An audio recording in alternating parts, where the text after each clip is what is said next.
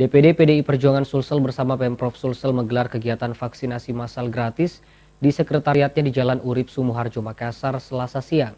Dalam vaksinasi yang digelar ini sebanyak 3.000 dosis vaksin Sinovac yang disiapkan, yang berlangsung 2 hari dengan titik 7 lokasi di Makassar, Goa, dan Takalar.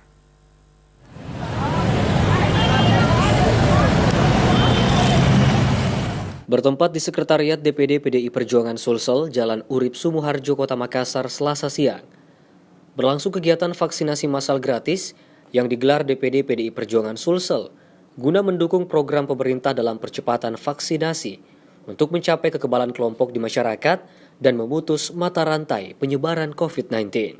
Terlihat antusias warga begitu tinggi dalam vaksinasi tersebut.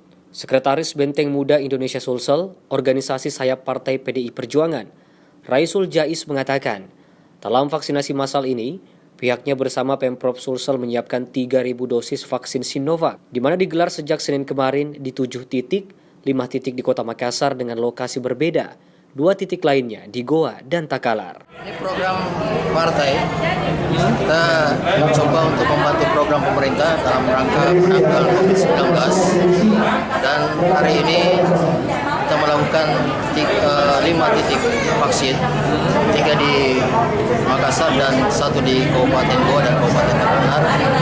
Kemarin kita juga melakukan 2 titik, jadi ada 7 titik vaksin yang kita lakukan oleh DPD PDI Perjuangan Provinsi Sulawesi Selatan dengan target 3.000 peserta vaksin.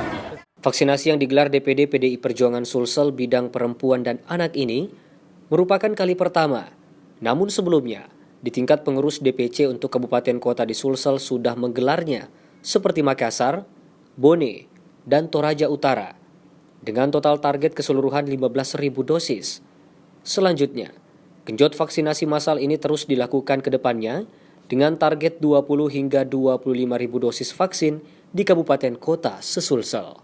Tim Liputan, Selebes TV. Nomor antrian.